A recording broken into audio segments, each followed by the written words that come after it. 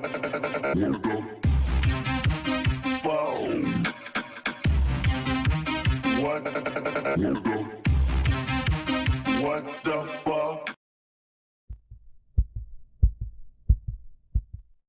final speaker this weekend is nuclear physicist, author, and lecturer Stanton T. Friedman. He received his Bachelor's of Science and Master's of Science degrees in physics from the University of Chicago in 1955 and 1956. He was employed for 14 years as a nuclear physicist by such companies as GE, GM, Westinghouse, TRW Systems, Aerojet General Nucleonics, and McDonnell Douglas Astronautics. Eventually canceled programs as nuclear aircraft fission and fusion rockets and various compact nuclear power plants for space and terrestrial applications.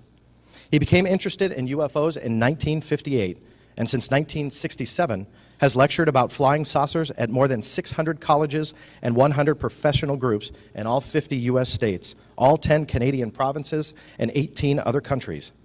He's published more than 90 UFO papers and has appeared on hundreds of radio and television programs. 2 of his 5 phenomenal books are now optioned to be future movies. And on top of all that, he's been a dear friend of mine now, Stan, if you can believe it, for about 15 years. Stan, it's always an honor to bring you to stage, Mr. Stanton Friedman. More than 15.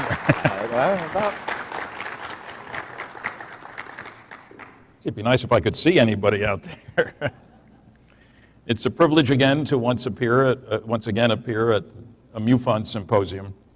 I still hold the record for the most symposia that anybody and one person has spoken at.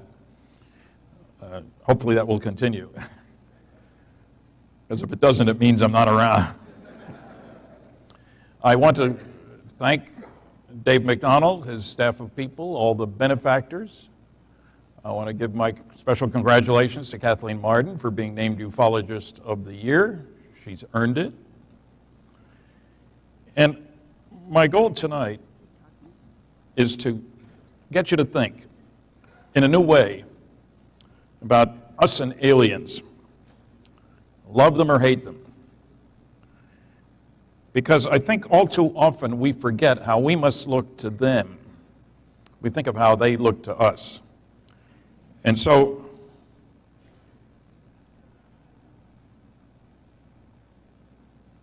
okay, how do I get it to move?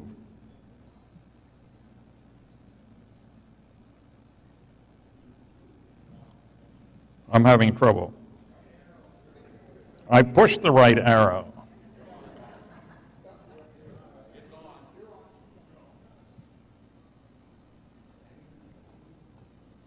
Connected. Okay, I might as well tell you where I stand, besides here in Cincinnati, where I first got interested in flying saucers. Well, it was across the river, but the evidence is overwhelming that aliens are visiting us, that governments are covering up what's going on. There are no good arguments against A or B. We're dealing with the biggest story of the millennium, and journalists and scientists have grossly neglected their responsibilities. I think we're a primitive society whose major activity is tribal warfare. I'm sure I can rearrange that, but I don't know how, so. I'm not touching anything. It isn't fair.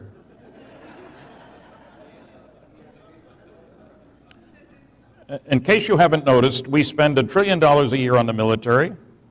We have discovered nuclear fusion. I think so. Don't ask me what I did wrong. I was just here. We have discovered nuclear fusion and fission and exploded 2,000 nuclear weapons. Fortunately, only 2 on people. We have learned how to use nuclear energy for propulsion, nuclear submarines and carriers. That's a nuclear submarine. World War II, a submarine could stay underwater for 24 hours, and it had to come to the surface. Now they can go around the planet underwater, can stay hidden, can retaliate if anybody bombs the country. It's a whole new ballgame.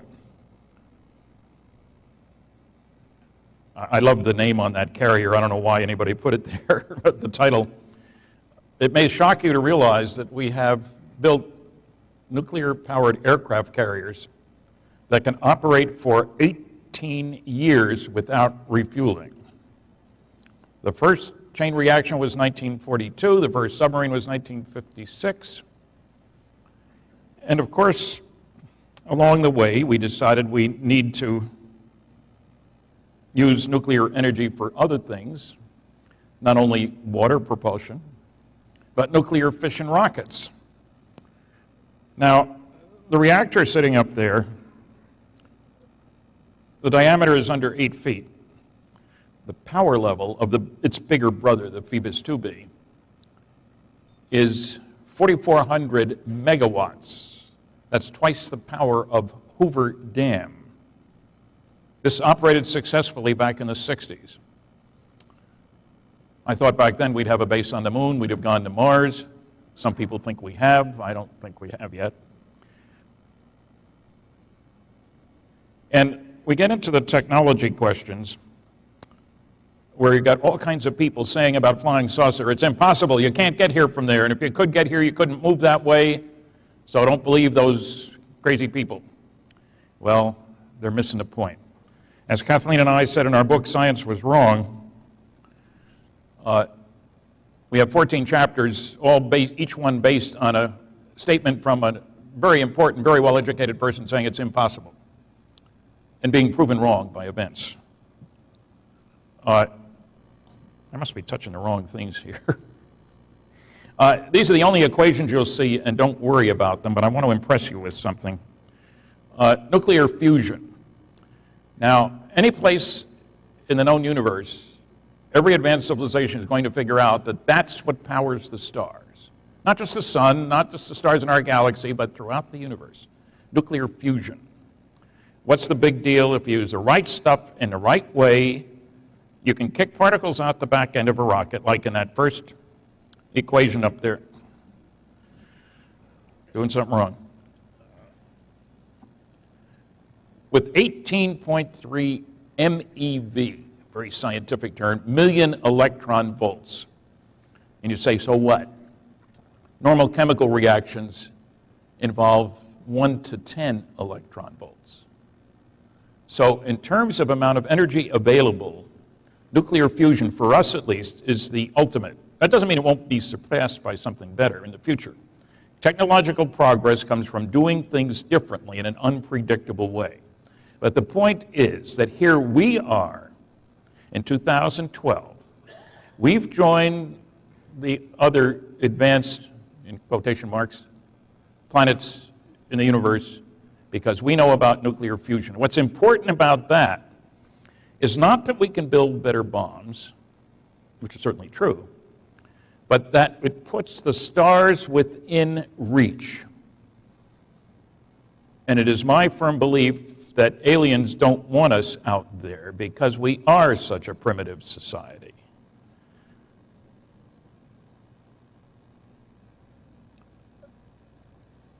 Look at the progression. You heard the word blockbuster earlier today. In 1944, we had blockbuster bombs. The 10-ton blockbuster took a big B-29 to carry it, released the energy of 10 tons of TNT. That was 1944. 1945, our first fission nuclear weapon, 19,000 tons of TNT. 7 years later, we exploded our first H-bomb. You see a picture there. Okay. Just follow instructions. That's what he's... in 52, first H-bomb, 10 million tons of TNT. Think about that for a minute. And in addition, the Russians in a few years operated a much bigger one, 57 million tons of TNT in one bomb. 10 tons make a mess. 57 million tons is hell. So if you wonder why would anybody come to this unimportant planet out in the boonies, it's because we have shown signs of being able to get out there and take our brand of friendship, which is not, hello, how you doing? It's who can we kill next? That's a sad commentary. But if I were an alien, I certainly wouldn't want us out there. I don't think they do either. And there were 3 signs at the end of World War II that soon we would be going out. Soon meaning less than 100 years, which is nothing on a cosmic timescale. The 3 signs were nuclear weapons. Remembering now, we have exploded 2,000 of them. Powerful rockets. I can mess it up again, huh? We've exploded 2,000 nuclear weapons. We like to play with those things. Only 2 of them on people, fortunately. And we are a threat to the neighborhood. We destroyed 60 million of our own kind, killed that many people in World War II. 60 million. We destroyed 1,700 cities. We will this year spend $1 trillion on things military, while 20,000 children die every single day of preventable disease or starvation. Now, if you were an alien, what would you say about these guys here? Are you going to say, oh, we don't care about them, they're primitive, let them come out? No advanced civilization is going to say, let the idiots come out. So, I think, love them or hate them, respect them. We are lucky. They haven't destroyed us yet. They didn't spray us and, get rid of the vermin in the neighborhood in a hurry. Now, one of the nice things about nuclear fusion, incidentally, is you use the 2 lightest substances in the universe, hydrogen and helium, and they're all over the place, the 2 most abundant substances in the universe. So anybody who tells you you can't get here from there doesn't know what he or she is talking about. Can you buy a ticket tomorrow? Of course not. But we know the technology to get us to the stars. Why haven't we done it? Because it's very expensive. There are better ways of spending our money, and I'm glad we haven't done it. Because if we send somebody out there, it ought to be Earthlings, not Americans, Chinese, Cubans, Peruvians, whatever. Okay. But you can see why I say they'd be concerned about us. I read a paper not long ago where an astronomer was concerned about, they could tell that our CO2 level has gone up a bit in our atmosphere. They might come around and, be worried about us, that the planet is going to melt, it's going to get too hot. They're going to worry about that, and they're not going to worry about the fact that we've exploded 2,000 nuclear weapons? What a joke. Okay, I want to quickly move through some data just so that you know that there is evidence. I won't go through in great details. This is the biggest study ever done, Project Blue Book Special Report number 14. The Secretary of the Air Force lied to us about it. It was done way back in 1955. The press bought it hook, line, and sinker. They quoted the Secretary of the Air Force saying, on the basis of this report, we believe no objects such as those properly described as flying saucers have overflown the United States. Even the unknown 3% could have been identified as conventional phenomena or illusions if more complete observational data had been available. That's what he said. He lied. I don't mean cheated a little bit. He lied. Here's the categories. You'll notice the unknowns, 21.5%. That's a long way from 3 when I learned arithmetic. You notice the next to the last category, insufficient information. He said if we had more data, we could explain everything. There was a separate category, insufficient information.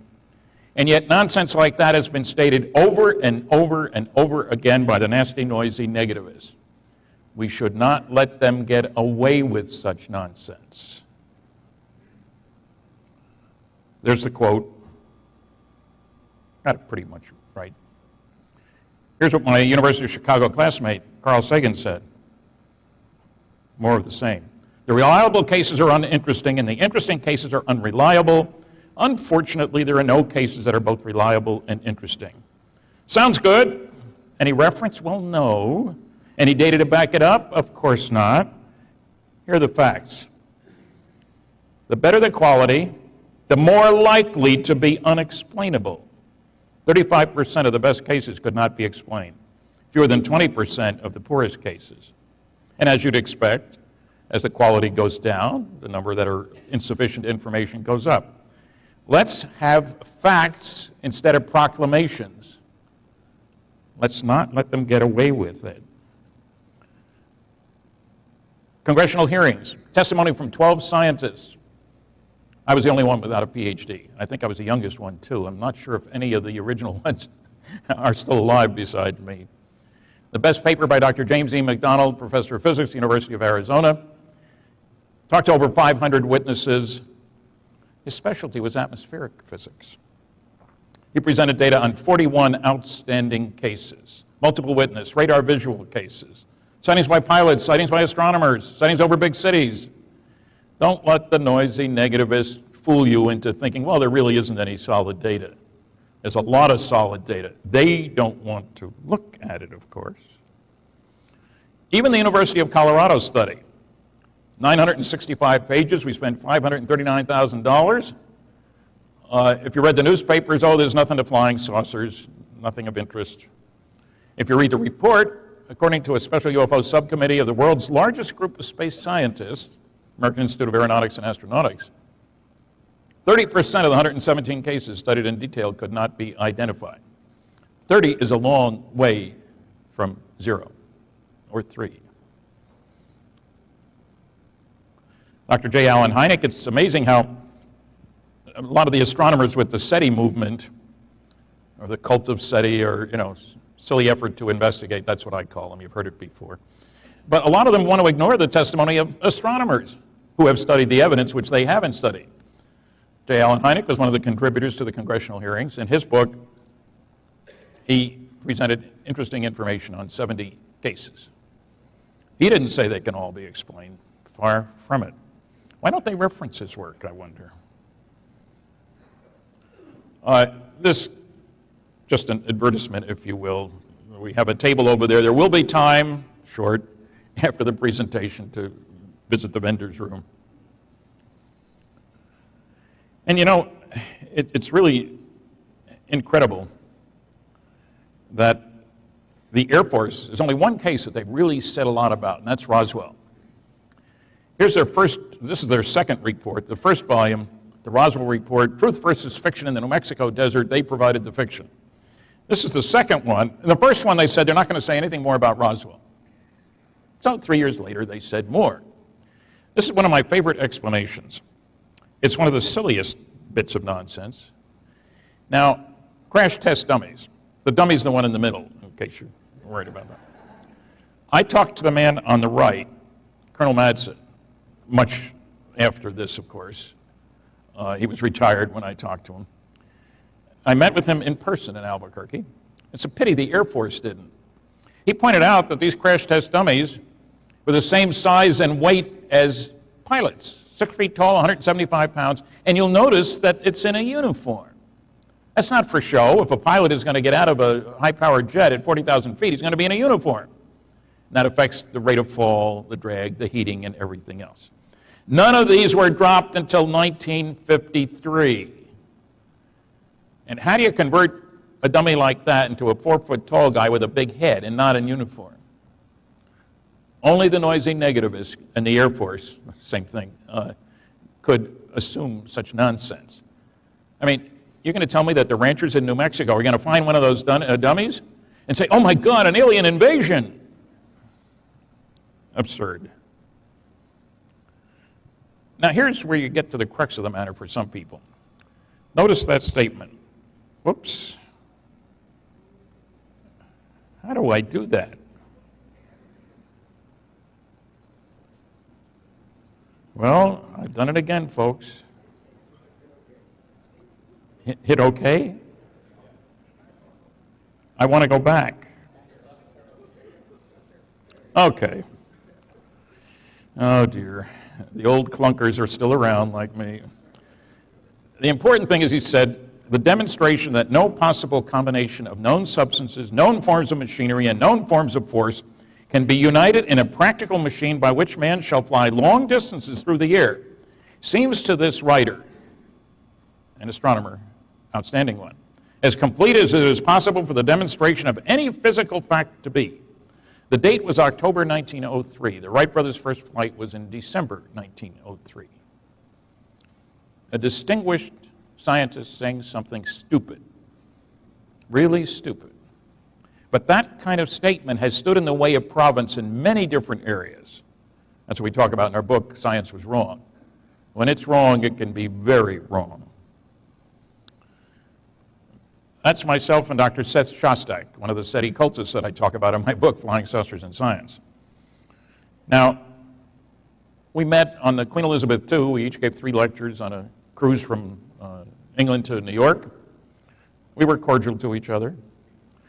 But in the course of my lecture, of course, I asked how many people had read each of those major scientific studies that I talked about. I talked about what was in them in more detail in today, and then how many have read it. He didn't raise his hand at all. We debated on coast-to-coast radio. And a vote was taken. I got 57% of the vote. Seth got 33%. 10% said, I don't know who won. But he really didn't know anything about flying saucers. Now, Michael Shermer of the Skeptic Society, we debated on coast-to-coast. I got 80% of the vote because he clearly indicated with his first statement that he was out in left field. He said, the only reason there are sightings you can't explain is that there's about a 5% residue in any of these crazy phenomena. And of course, I talked about Blue Book Special Report 14, 21.5%, and the Condon Committee 30%, and several other sources of data. And I got 80% of the vote with him. And I'd love to debate these guys again, but I would bet pretty strongly that they wouldn't be willing to do it because they'd have to do some homework. And the SETI claim is that there is no evidence for UFOs. They never cite the large-scale scientific studies. I read their books. They won't read mine. Now, I must admit, Seth said on Coast to Coast that he had my book on his nightstand. He didn't say he'd read it. On the nightstand. Very convenient. And I sent it to him with his permission. This was not, out of the blue. A good movie, incidentally, by James Fox. Now, it is interesting to consider what history will think about these guys in the future. A cult movement based on crazy assumptions and ignoring the relevant data. Why would anybody in his right mind out there send us a radio message? They're going to ask for an appointment for lunch? Why would they use technology appropriate to us? Our first long-distance radio call was in 1901. Marconi. Does he really think they're stuck at that level? Now, I talk about the Betty and Barney Hill case. You heard a lecture from Kathy about that and other abduction cases. And the base stars that come out of a star map, and I'll talk about that in a minute, but there are 2 stars that are only 39 light years away, and they're 1 billion years older than the sun, and they're 30 times closer to each other than the sun is to the next star over. And they're stuck at our level of technology? That's absurd. Quite frankly absurd. Now, Seth has an answer for that. They listened to these 2 stars and they didn't hear any signal. Must be nobody there. Now, the obvious corollary, well, you haven't heard a signal from any of those stars you've listened to, so does that mean there's nobody out there? So why are you listening? I don't know why they're listening. It's the story of the drunk who's scrambling around under the street light, and a cop comes, what are you doing? I'm looking for my keys. Well, where did you lose them? Oh, down the street there near my car. Why are you looking here? Well, there's more light here. I'm not much of a raconteur, you can tell that. There's Jill Tarter. Dr. Tarter just resigned from her position of using radio telescopes to listen for signals. She will continue on to raise money for SETI.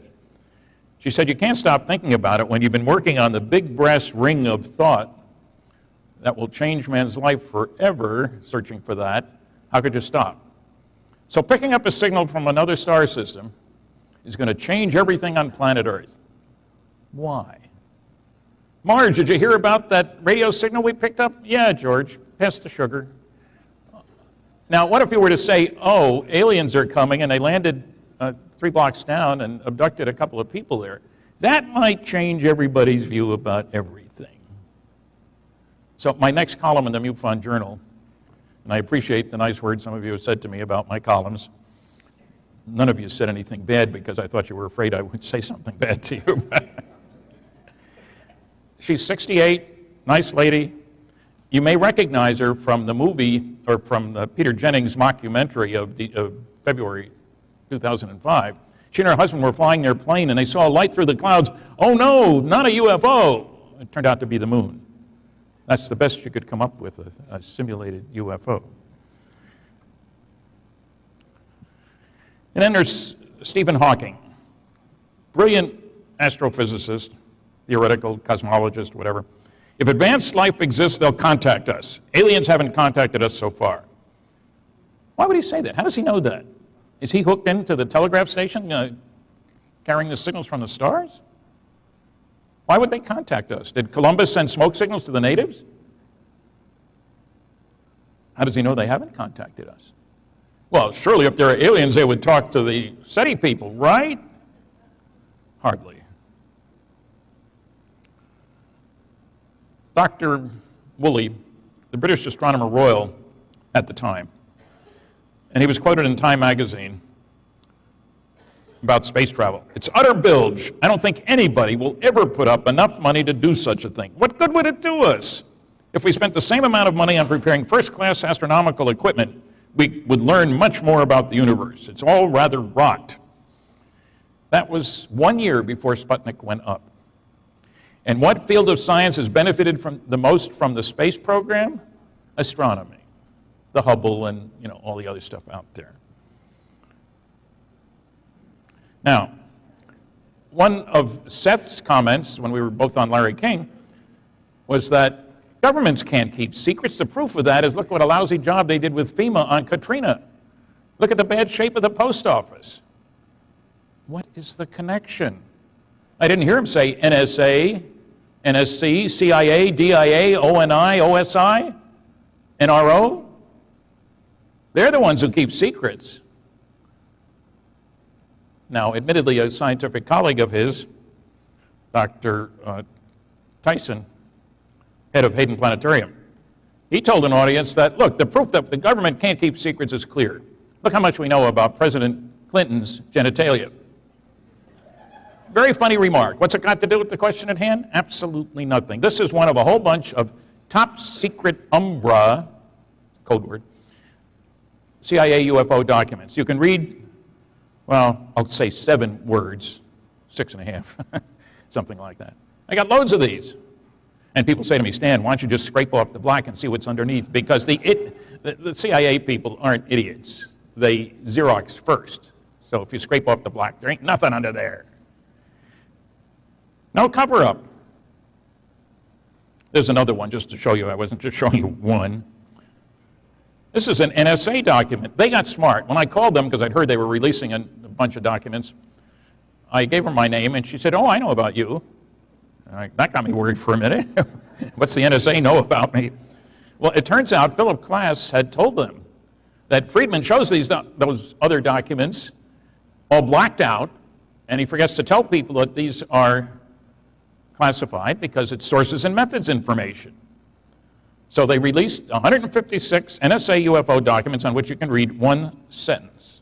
And all the rest is sources and methods information. Now, if you want to believe that, go ahead. There are a lot of fantasy fairy tales out there you can believe as well. They think we're stupid. Whited out isn't as impressive as blacked out. And after you've looked at your first 150 of these, you say, this is pretty stupid, isn't it? Are they covering anything up? You're darn right they're covering anything up, something, lots of something. These are all pre-1980, mind you. NSA means never says anything, or no such agency if you prefer that. National Security Agency if you're curious. Here's a great statement. Air Force General Carol Bollinger was asked to evaluate Project Blue Book when the Condon Committee suggested it be dropped. He had nothing to do with it. He was working on a lunar excursion module. At the end of '69, October, he put out a memo, which we didn't see until at least 10 years later. Reports of UFOs which could affect national security are not part of the Blue Book system, and they will continue to be investigated after Blue Book closes. That's a little variation on the quote. I spoke with General Bollinger years later. I said, it sounds like you're saying that there are 2 separate channels of communication. That stuff which affects national security, say a saucer going down the runway at a strategic air command base where nuclear weapons are stored, that's a security issue. If we all go outside, wouldn't that be a spectacular end of the meeting and see a saucer flying over? It happens all the time. I don't know what MUFON's count is for this last month, but typically it's been running over 600 sightings a month. So no big deal. And Bollinger agreed there were two separate channels of communication. Yet the Air Force, ever since 1969, is saying we don't have anything to do with UFOs anymore. He said they will continue to be investigated, the sightings that could affect national security. And the Air Force officially says, oh, there's no national security consideration here. More lying. I don't like being lied to. I respect security. I worked under it for 14 years. And sometimes you have to tiptoe around the truth a little bit, not to release classified information. That's different from flat-out lying. And no, I don't want everything disclosed. I think there are some legitimate national security issues here. But I don't like lying either. This has a chapter on going into how to get to the stars, on the large-scale scientific sources, on the cult of SETI, on the reasons why aliens would come here. It's not just because we're bad guys.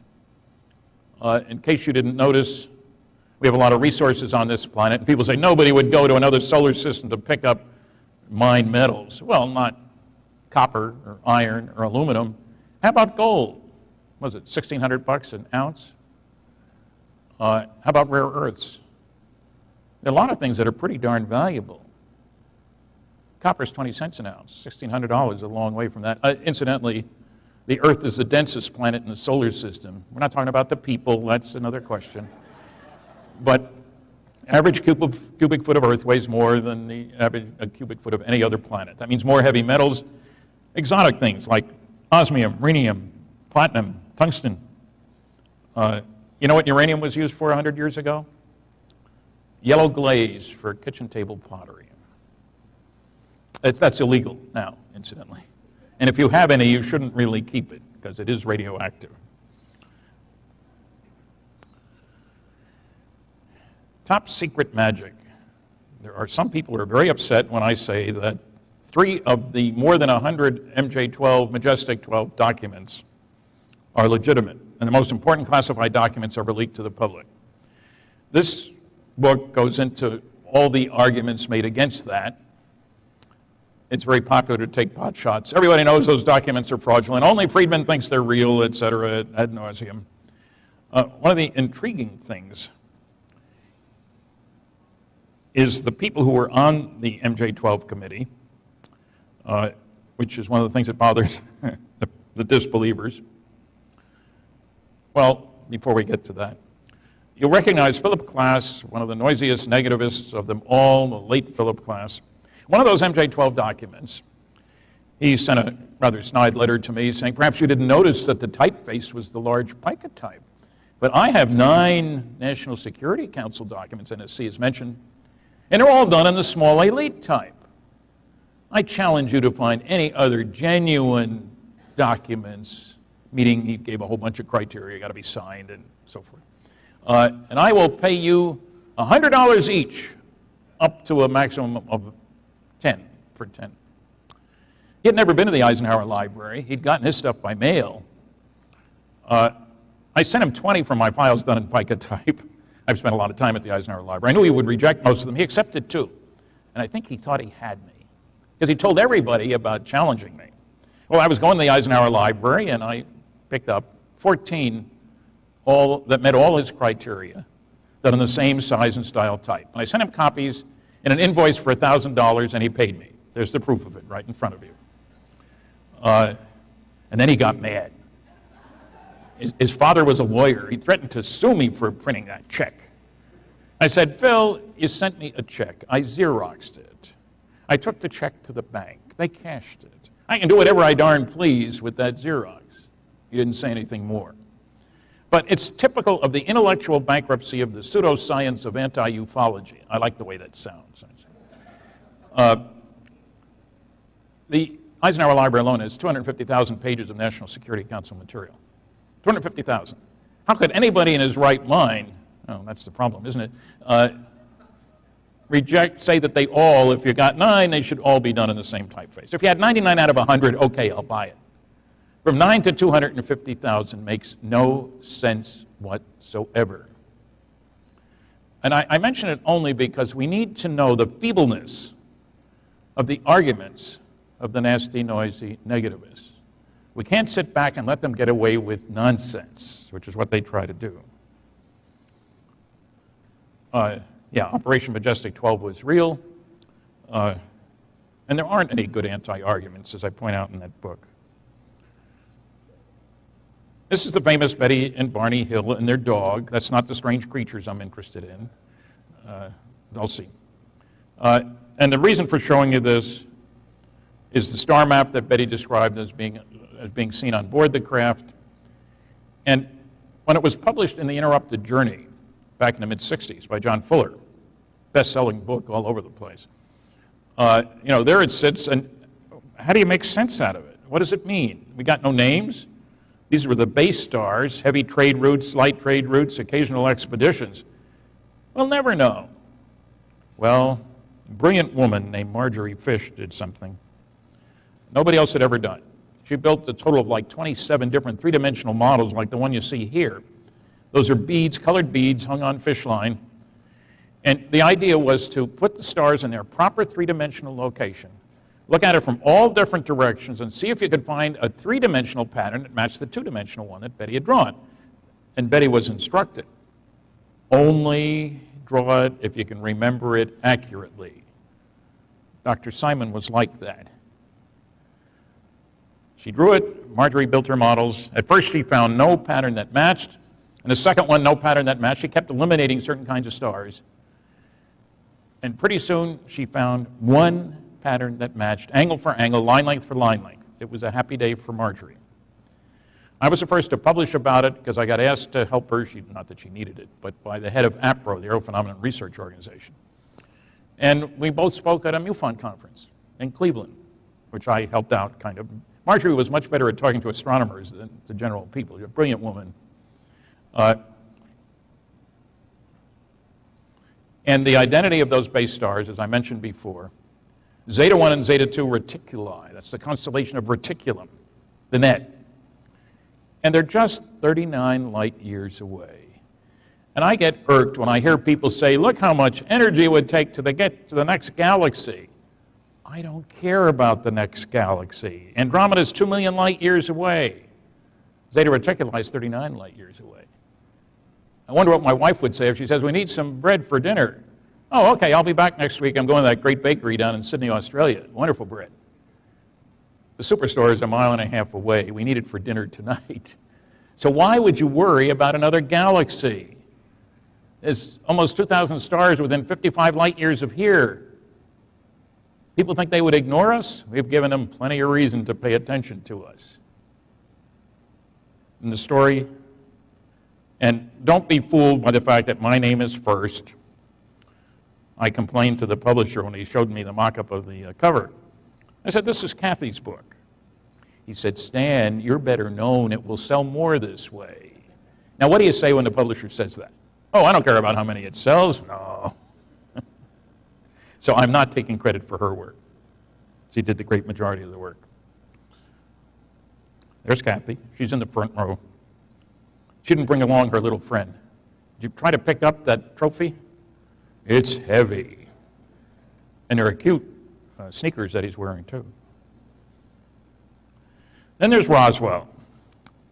And I've heard more nonsense. I'm the original civilian investigator of the Roswell incident, starting way back in the 70s. And I've heard an awful lot of nonsense about Roswell. It's everybody's favorite target. If they want to get publicity, Annie Jacobson wrote a book about Area 51, in which for some crazy reason she threw in the notion. It's really a very creative solution. Joseph Mengele, Dr. Death, working for Joseph Stalin, came up with some strange creatures, genetically deformed and so forth. And the idea was to put them in a German Horton Brothers flying wing and have it crash in the United States, and there would be a repeat of the War of the Worlds panic. There's a little problem with that. The War of the Worlds broadcast was portrayed as a live news broadcast about something happening in New Jersey, the most densely populated of all the states. And if you believe the broadcast, the Martians were here destroying buildings and people. You had a right to panic. What could we do against the Martians in 1938? Now, I was living in New Jersey at the time, but I can't say that I listened to the show. I didn't.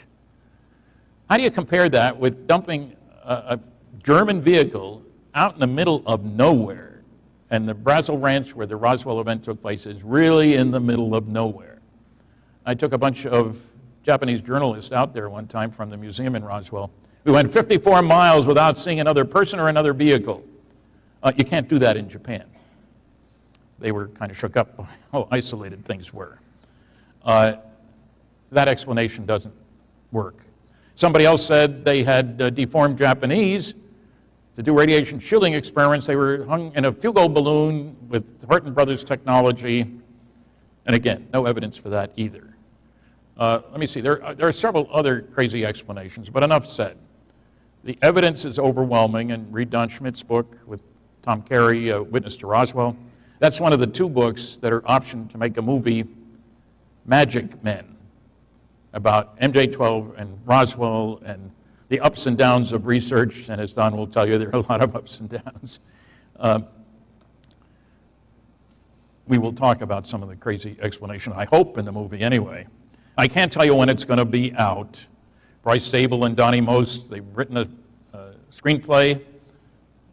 They're up to version number 4, I guess. Now all they need, just in case there's anybody interesting, is money enough to make the film. A few $1 million would probably get them started anyway, and then get other investors. What I'm hoping is it gets made before I die. You know, the other movie they're working on, incidentally, is Betty and Barney, a movie of the captured book. So I might have the honor of having 2 of my books with my name on it being made into movies. I insist that Richard Dreyfuss play me in Magic Men. Somebody says he's too handsome. Well, we'll forget that. But Roswell was an important event, and it's important to realize, you can see from the map, there's Roswell over here. There's the White Sands Missile Range, largest military base in the United States. You got to have a big base if you're firing missiles around. You really don't want to land them on people, or cows even. Incidentally, if you want to see Trinity Site, which is right over there where man's first atomic bomb was exploded, come with me on a tour in October. We're going to see Trinity Site. It's only open 2 days a year. We'll see Roswell, we'll see Los Alamos, we'll see a whole bunch of interesting and exciting museums and White Sands Missile Range and so forth. In case you don't know it, there aren't many people in New Mexico. So you won't be bothered by huge crowds. Even in Roswell during festival, there were a few thousand people there. Crash at Corona, book about Roswell with Don Berliner. It's one of the early books, but it gives you the feel for how things came into be that we got into investigating it and so forth. And it hopefully puts to rest the crazy notion that people have said to me, Stan, why did all those people come running to you to tell you about Roswell? The answer is they didn't. I had to go looking for them. I wish those people would pay my phone bill. Bill Moore and I, in a year and a half, found 62 people before the internet. A lot of work.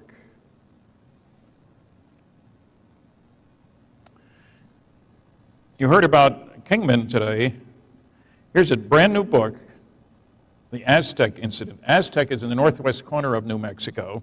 The Four Corners area, it's called. The 4 states come together in one place. This just came out in May. Scott and Suzanne Ramsey have spent a heck of a lot of money, done an enormous amount of work to lay to rest the crazy notion that this was all a hoax, nothing to the case, blah, blah, blah. They've done a remarkable job. I wrote the foreword. Suzanne lives up, or her family is up in that part of the state. Made it a little easier for the traveling. But you'd be amazed at how much evidence there is. Now, an important part of that is that people in Aztec don't talk readily to strangers. They had to work to find local people they could work through to talk to other local people who were involved in the case. And Scott even hired an engineer whose job it was to see how do you get huge pieces of equipment, power plant equipment usually, from point A to point B. When you got bridges, you got tunnels, you got other places, how do you move large stuff? They went over the whole route as it was in 1948. This happened in March 1948. And the guy that Scott hired, who was a friend of his dad's, was not a believer in flying saucers. They went over the whole trip, drove it as well as looking at old maps. And his conclusion, the expert, was that indeed in 1947, as the roads, bridges, etc. were, you could move a large object. This one, I'll say, softly landed. It didn't crash. It wasn't in little pieces. No question it could be moved from Aztec over to Los Alamos. How many more have fallen out of the sky? I don't know. We'll wait to see what the story is on Kingman. I listened to the talk today. I'm not sure it was a blockbuster, but at least something to think about. And there are other cases around the world. The idea is hopefully other people will come forward when they see the story that's presented here. Now, some of you may not recognize these two, Chase Brandon and Lee Spiegel. It's not a comic team. Chase Brandon worked for the CIA for more than 30 years. And he was well known as being the CIA consultant to Hollywood when they were making movies that might involve the CIA in some way or another. For two reasons: to make it look more realistic and to make sure they didn't say anything that the CIA didn't want said. Lee works for Huffington Post. And Chase Brandon came out with a blockbuster about a month ago. He's written some science fiction books. And he stated that in the late 90s, he happened to be at a place, sort of an archive of the CIA, where they stored old stuff. And he saw a box marked Roswell. He had an appropriate clearance. He opened it up. And inside he found pictures and text which convinced him that indeed Roswell was real and extraterrestrial. And involved cadavers. Nice turn of phrase. Now, he probably stepped beyond where he should have. The CIA can hardly sue him for breaking security because they'd have to admit that he was telling the truth. And Lee has talked with him. And what got me about this story is that, when I first heard it, is that the producer of my movie, UFOs Are Real, was named Brandon Chase. So my first thought is, somebody's playing games here. Well, his real name is Charles, but everybody called him Chase. And Lee has met with them, as you can see. That's not a finagled picture. He does a great job for Huffington Post. And this story led the list. It got over 1 million hits in 3 days. I mention that because it means people are interested. You don't need to hide you're interested. A lot of people are interested. So this story, we probably haven't heard the end of the story. Of course, there were people who said, oh, he probably never worked for the CIA. Well, I've talked to grad students in England looking at Hollywood and the intelligence community, and who have known about his involvement with Hollywood productions for years. No question he is who he says he is. And strictly a coincidence, I guess, between Chase Brandon and Brandon Chase. Science was wrong. It's not just a plug. It's very important for all of us to realize that often pronouncements from on high are wrong because they're made by people who don't want to admit that they don't know all there is to know. And that includes about medicine, it includes about flying saucers, it includes about interstellar travel. There's a whole long list of things. Kathy and I each did 7 chapters here. One of them is about abductions. One is about UFOs. There's a whole bunch of others.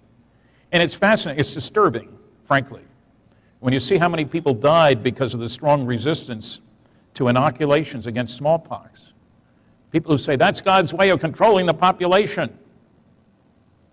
What difference does it make if your kid gets smallpox? Well, it makes a lot of difference to the people involved. But progress was delayed for years because big shots had a strong statement to make. So there's a moral to the story, in other words. It's not just rockets and things like that. This is a bunch of books for you to read. Now, I'll admit, I hate to admit this, but I get people saying, well, Stan, I don't read many books anymore. You got any DVDs? I think they're hoping I'll say no and they can go away. Yeah, there's several different DVDs out there. If you want to watch instead of read, go ahead. But let's face it, you can read a lot more words in an hour than you can listen to. So if you want a lot of information, reading books is a good idea. And you can underline them too. I guess some people don't like that idea, but I mark up my books, the ones I own, not library books, please. And yes, I still go to libraries. And if there's any newspaper men out there, I bet you'd increase your circulation if you'd start carrying serious stories about flying saucers instead of the stuff you've been carrying.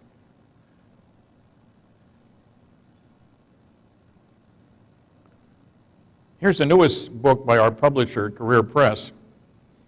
And you'll notice I've got 2 articles in there. Don has one, Kathleen has one.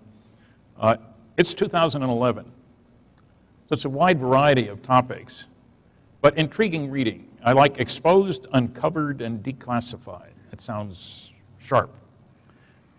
We have a few copies out there. Now here's a controversial book by John Alexander, who's had a lot of clearances at the International UFO conference, not this past year, but the year before.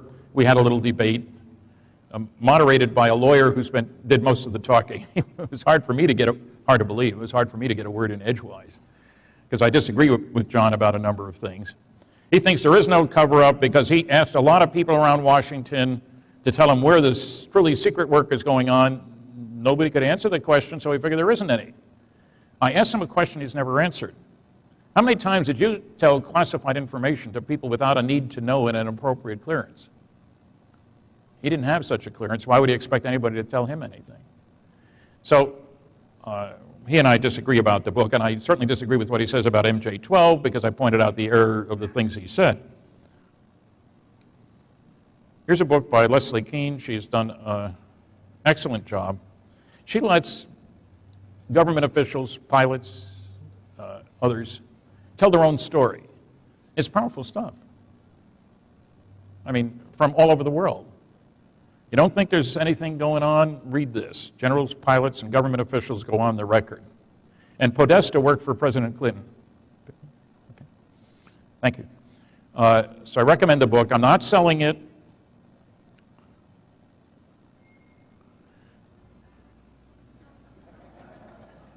It's nice to be recognized by your peers. This was in the St. John newspaper, St. John, New Brunswick, after they carried an article saying that I'd been inducted into the Roswell UFO Hall of Fame.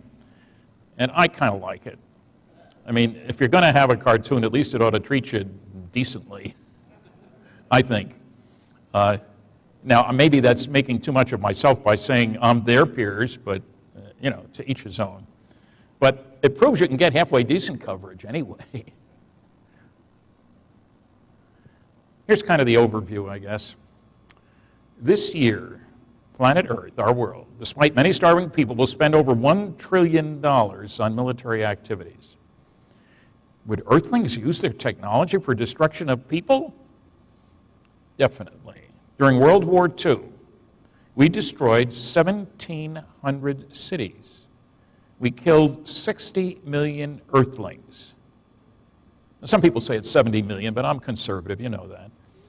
Any rational civilization in our neighborhood would rightly expect that we would be a menace to all those more advanced civilizations in the neighborhood once we got out there. And we're heading out. Thanks for listening.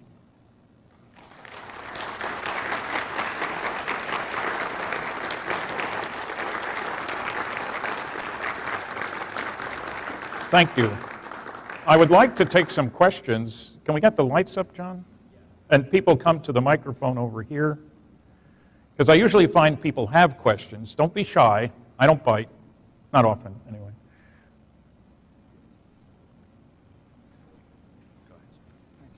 I really enjoyed your presentation, Stanton.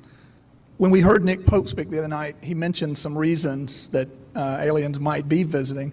When you look at the big picture over all these years, do some reasons they would visit us seem more likely to you than others? Well, I think so. The question was reasons for aliens to visit. There's a whole chapter in my book, Flying Saucers and Science. But one of them, as I've said, it's because we're a threat to the neighborhood. Anybody be crazy to let us go out there with our attitudes, our capabilities, and the ability to destroy. Another reason is to mine the resources. A third is we're somebody's colony. My favorite kind of colony is a penal colony. They dumped all their bad boys and girls here a long time ago, and that's why we're so nasty to each other. And you say, that's pretty silly, until I was surprised when I went down to Australia. They're proud of their convict background. They really are. People in Georgia aren't so proud of theirs, as far as I know. There were convicts there, too. They also might be graduate students doing their thesis research on the development of a primitive society. They might be broadcasters with a weekly show, Idiocy in the Boondocks. They might be setting up, a center for a honeymoon capital of this corner of the neighborhood. Wouldn't that be an exciting honeymoon? Go visit the Earthlings? Well, some people like to take strange honeymoons. There's a bunch more because, step back a minute. If you go to the Greater Cincinnati, Northern Kentucky airport here, how many reasons are there for people to travel? An awful lot. They're not all there for the same reason. Visit Aunt Minnie, have a secret honeymoon with a girlfriend that nobody knows about, all kinds of reasons. Thesis research. So I think there are a lot of reasons for beings to travel. But in our case, I think the primary reason is that we're a threat to the neighborhood. You got to keep tabs on the primitives. It's a little late if they show up at your doorstep with their nuclear weapons aimed at you. You got to go check them out beforehand. And all the evidence is they've been coming around here for thousands of years. If you want a good book, incidentally, that gets into that sort of thing, you might try The Bible and Flying Saucers by Dr. Barry Downing. Barry is still a religious consultant of MUFON, as far as I know. He has a bachelor's in physics and a doctor of divinity. Divine physics, that's his beat.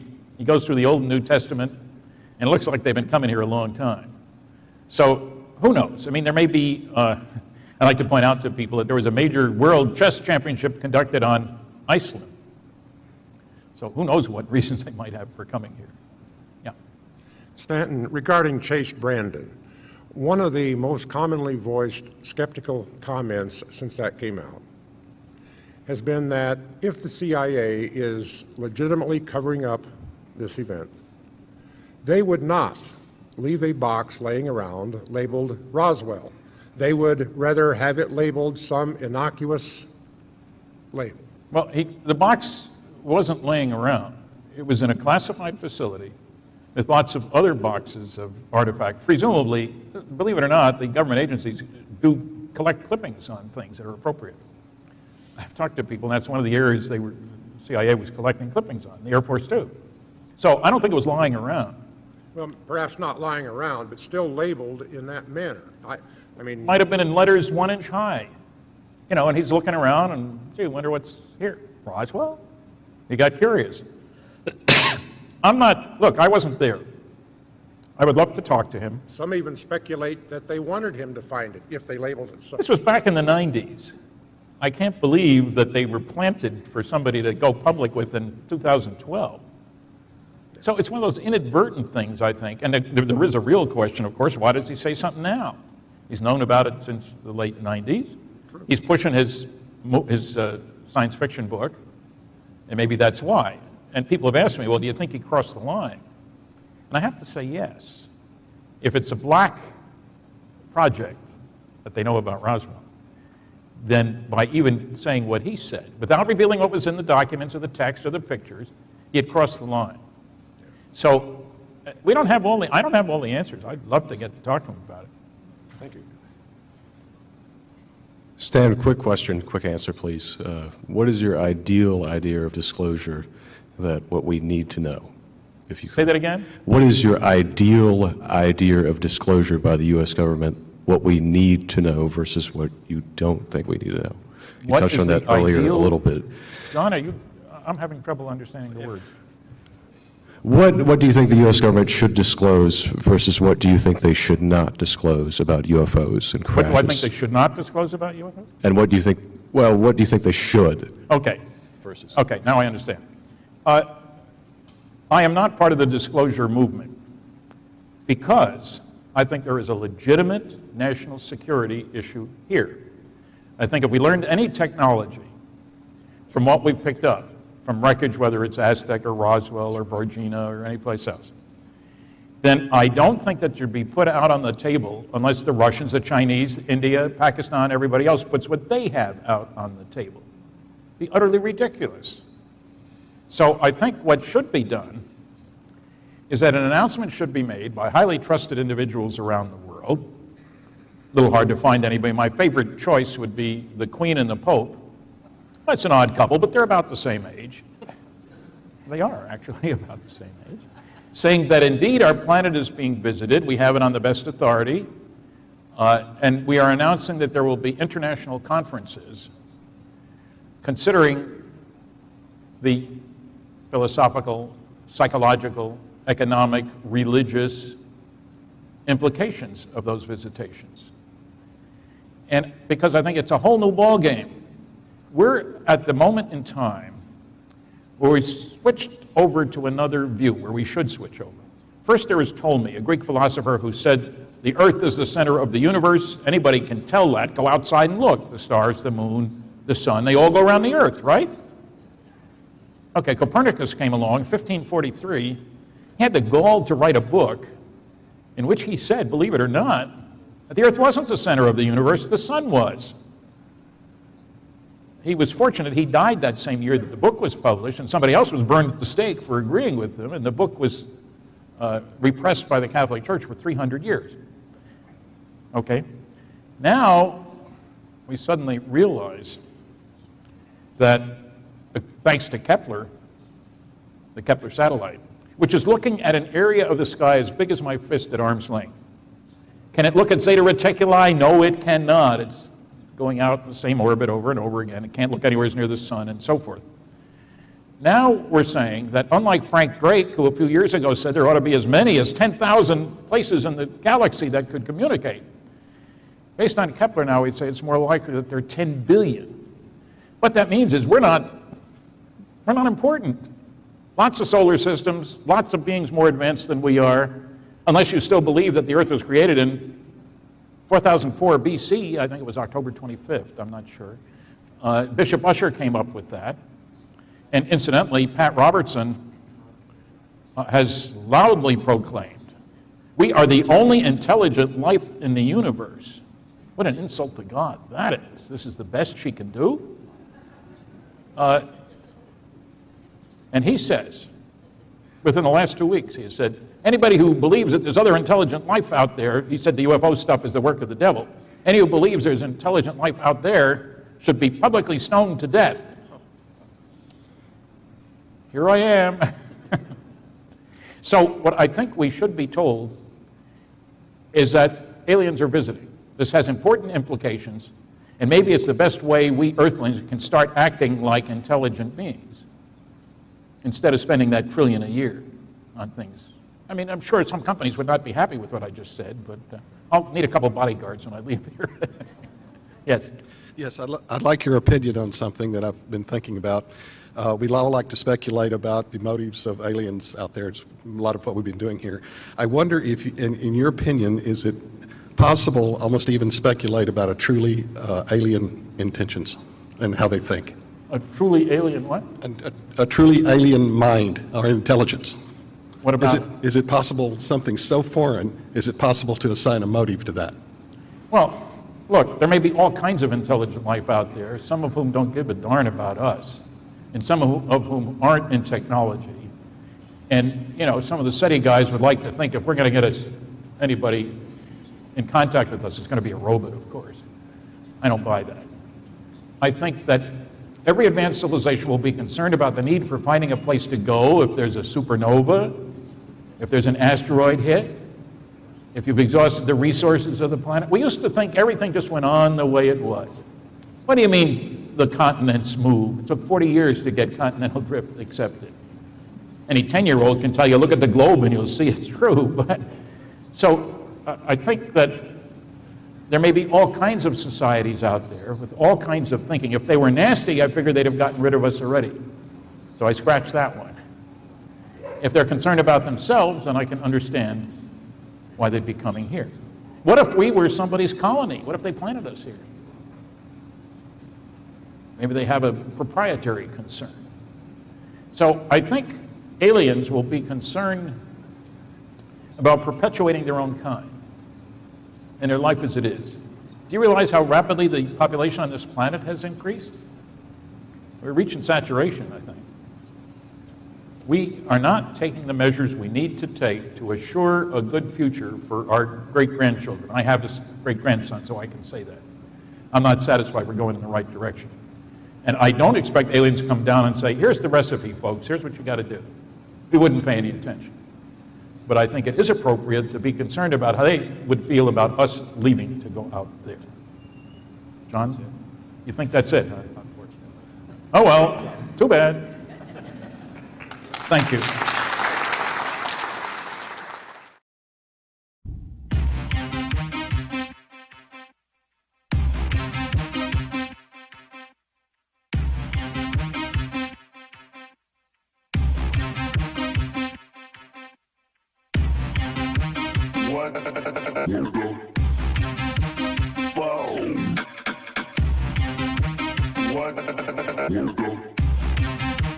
What the fuck?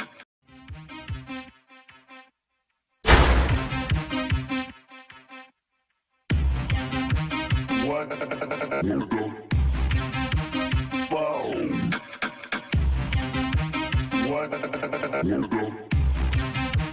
What the fuck? Our final speaker this weekend is nuclear physicist, author, and lecturer Stanton T. Friedman. He received his Bachelor's of Science and Master's of Science degrees in physics from the University of Chicago in 1955 and 1956.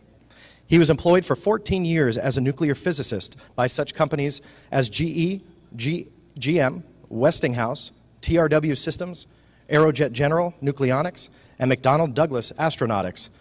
Eventually canceled programs as nuclear aircraft fission and fusion rockets and various compact nuclear power plants for space and terrestrial applications. He became interested in UFOs in 1958, and since 1967 has lectured about flying saucers at more than 600 colleges and 100 professional groups in all 50 U.S. states, all 10 Canadian provinces, and 18 other countries. He's published more than 90 UFO papers and has appeared on hundreds of radio and television programs. 2 of his 5 phenomenal books are now optioned to be future movies. And on top of all that, he's been a dear friend of mine now, Stan, if you can believe it, for about 15 years. Stan, it's always an honor to bring you to stage, Mr. Stanton Friedman. More than 15. It'd be nice if I could see anybody out there. It's a privilege again to once again appear at a MUFON symposium. I still hold the record for the most symposia that anybody and one person has spoken at. Hopefully that will continue. Because if it doesn't, it means I'm not around. I want to thank Dave McDonald, his staff of people, all the benefactors. I want to give my special congratulations to Kathleen Marden for being named Ufologist of the Year. She's earned it. And my goal tonight is to get you to think in a new way about us and aliens. Love them or hate them. Because I think all too often we forget how we must look to them. We think of how they look to us. And so,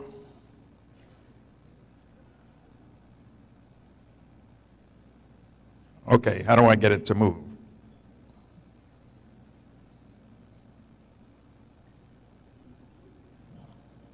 I'm having trouble. I pushed the right arrow.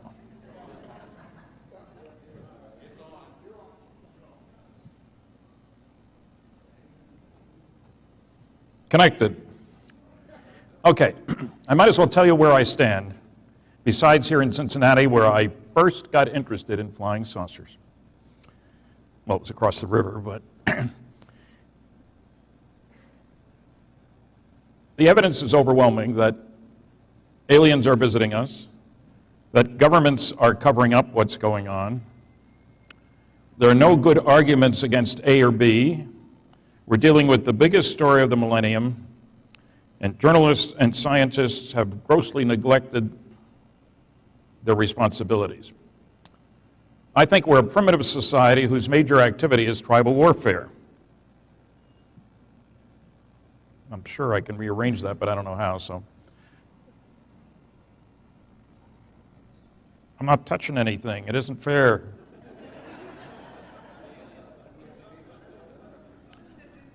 In case you haven't noticed, we spend $1 trillion a year on the military. We have discovered nuclear fusion. I think so. Don't ask me what I did wrong. I was just here. We have discovered nuclear fusion and fission and exploded 2,000 nuclear weapons. Fortunately, only 2 on people. We have learned how to use nuclear energy for propulsion, nuclear submarines and carriers. That's a nuclear submarine. World War II, a submarine could stay underwater for 24 hours, and it had to come to the surface. Now they can go around the planet underwater, can stay hidden, can retaliate if anybody bombs the country. It's a whole new ballgame. I love the name on that carrier. I don't know why anybody put it there, but the title. It may shock you to realize that we have built nuclear-powered aircraft carriers that can operate for 18 years without refueling.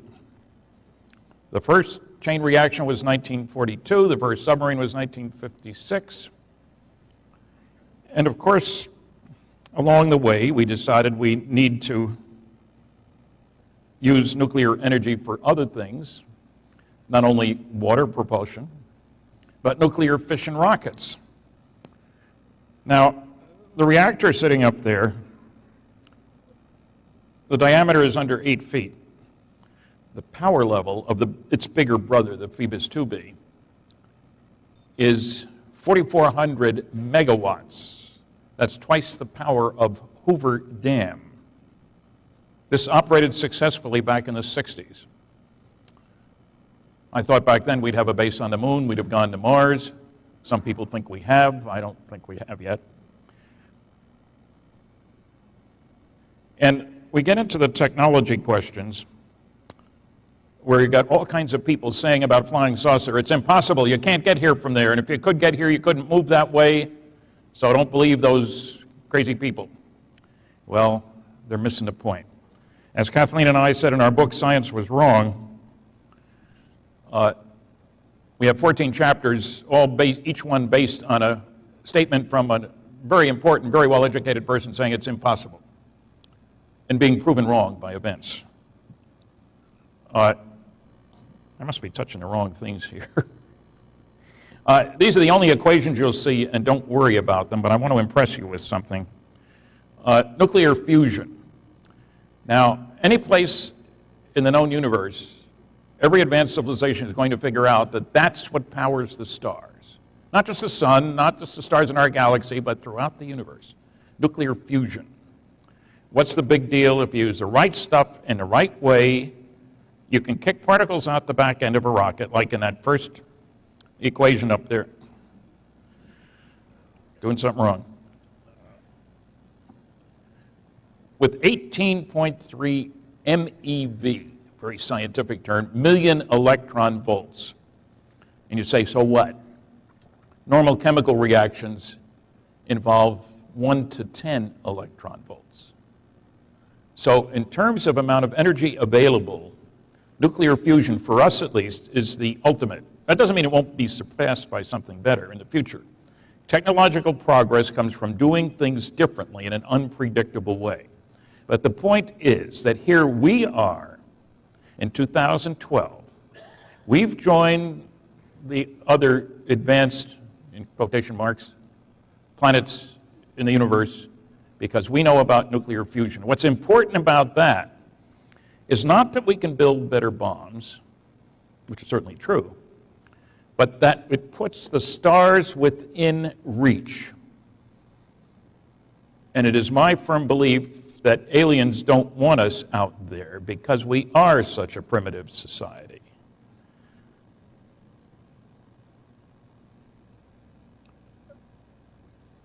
Look at the progression. You heard the word blockbuster earlier today. In 1944, we had blockbuster bombs. The 10-ton blockbuster took a big B-29 to carry it. released the energy of 10 tons of TNT. That was 1944. 1945, our first fission nuclear weapon, 19,000 tons of TNT. 7 years later, we exploded our first H-bomb. You see a picture there. Okay. Just follow instructions. That's what he's... in 52, first H-bomb, 10 million tons of TNT. Think about that for a minute. And in addition, the Russians in a few years operated a much bigger one, 57 million tons of TNT in one bomb. 10 tons make a mess. 57 million tons is hell. So if you wonder why would anybody come to this unimportant planet out in the boonies